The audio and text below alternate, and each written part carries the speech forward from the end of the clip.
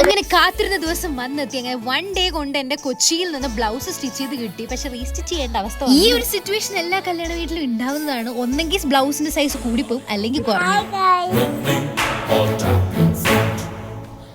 കൃത്യം 6:30 നമ്മുടെ groom to B function ഇവിടെ ആരംഭിക്കുകയാണ്. എനിക്കൊന്നൊരു ഫ്രീക്വന്റ് ക്വസ്റ്റ്യൻ ആണ്, അച്ചാച്ച എന്ന് പറഞ്ഞത് എന്താന്ന്? അച്ചാച്ച എന്ന് പറഞ്ഞ ബ്രദർ ആണ്. അച്ചാച്ച എന്ന് പറയുന്നത് ഗ്രാൻഡ് ഫാദർ അല്ല, മെജോറിറ്റി ക്രിസ്ത്യൻസ് അങ്ങനെ വിളിക്കും. പിന്നെ അച്ചാച്ചൻ ഇടയ്ക്ക് വെച്ച് പെണ്ണിന്റെ വീട്ടിലേക്ക് പോയി. നമുക്കൊരു ചടങ്ങുണ്ട്, നമ്മുടെ പെണ്ണ് ഒളിച്ചോടി പോന്നോ എന്നറിയാൻ വേണ്ടി ചെക്കനെ അവിടെ കാണാൻ. പൊതുവെ ചെക്കന്റെ കൂട്ടത്തിൽ പോകുന്നത് പയ്യന്മാരായിരിക്കും, അങ്ങനെ ഗേൾസ് പോകാറില്ല. സീരിയസ്ലി എനിക്കിതൊരു മിനി വ്ലോഗ് മാത്രമല്ല, ഇതിന്റെ ഒരു മെമ്മറിയാണ്. Oh,